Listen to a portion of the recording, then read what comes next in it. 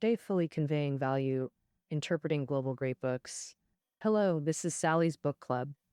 Today we're exploring the book The Art of Rational Choice.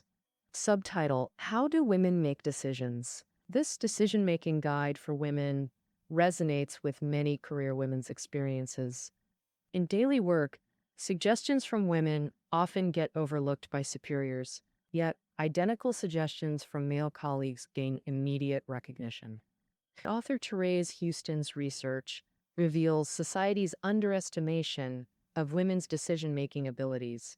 Women's decisions face more scrutiny and less trust compared to men's. When deciding, men focus on solutions, while women also consider social judgment. This implicit bias forces women to work harder for career advancement. Houston wrote The Art of Rational Choice to help women overcome these workplace biases. As cognitive psychology PhD from Carnegie Mellon and founding director of Seattle University's Teaching Center, Houston specializes in decision-making strategies. She argues women possess decision-making advantages over men. Women need strategic approaches to leverage these strengths. The book received acclaim from Western mainstream media. Its strategies benefit everyone, not just women. The New York Times predicted it would become Wall Street essential reading, where male-dominated thinking has caused numerous issues. The 260,000-word book analyzes female decision-making stereotypes through 5 key concepts: intuition, decisiveness, risk, confidence, and pressure. We'll explore the book through these 5 dimensions. All right, let's start with the first key concept: intuition. When discussing decision-making, people often assume women rely more on intuition than men. But are women truly better at intuitive decisions? Not exactly. We must first define intuitive decision-making. It refers to decisions based on sudden feelings rather than rational analysis. University of Leeds researchers found women actually prefer analytical approaches, contrary to common belief. In workplaces, women emphasize evidence while men prioritize visionary thinking. A tech CEO observed female employees using market data versus male colleagues proposing brainstormed ideas. This difference stems from social expectations. Society tolerates fewer mistakes from women. Women face harsher consequences for errors than men. In simulations, female police chiefs received 3 times lower ratings than males for identical mistakes. This pressure forces women towards exhaustive deliberation. Why the perception of female intuition? It's assumed women excel at emotional reading, stronger empathy. Women might detect a boss's mood faster than male colleagues.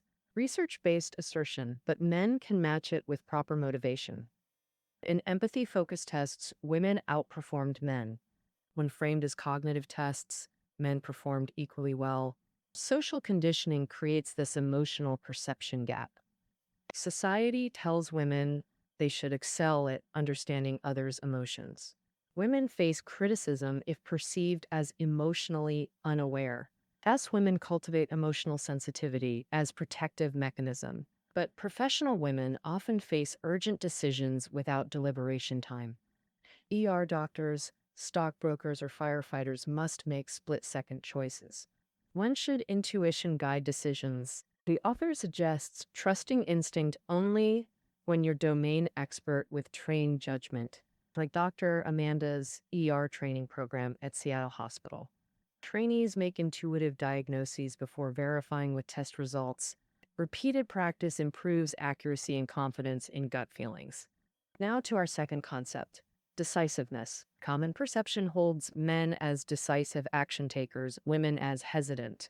Does reality match this stereotype? Research suggests cultural differences matter more than gender. Japanese adults show less decisiveness than Americans, but gender parity exists within cultures. Society expects men to act like lone wolf agents, decisive and tough. Women are expected to nurture, like mother ducks herding ducklings. These societal expectations create the perception of male decisiveness versus female hesitation. The author illustrates with 2 CEOs making identical decisions but receiving different receptions. Marissa Mayer, former Yahoo CEO, After 21-3 remote work policy reversal through immediate media condemnation, critics accused her of disregarding working mothers' needs. Irony for a female leader. When Best Buy's male CEO made identical policy change, media scrutiny faded quickly. Mayer faced years of criticism versus months for her male counterpart. Society applies harsh double standards to female leaders' decisions. Women face paradoxical expectations.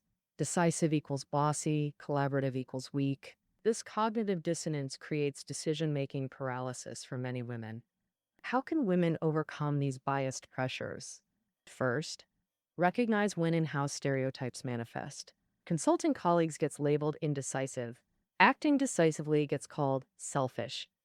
Society often holds professional women to impossible standards. Understanding these patterns reduces their psychological impact. Affirm, this challenge stems from outdated norms, not personal failure. Second, practice conscious self-affirmation. Before making major decisions, find dedicated thinking time. 15 to 20 minutes suffices. List core values like family, career fulfillment, health, or social status.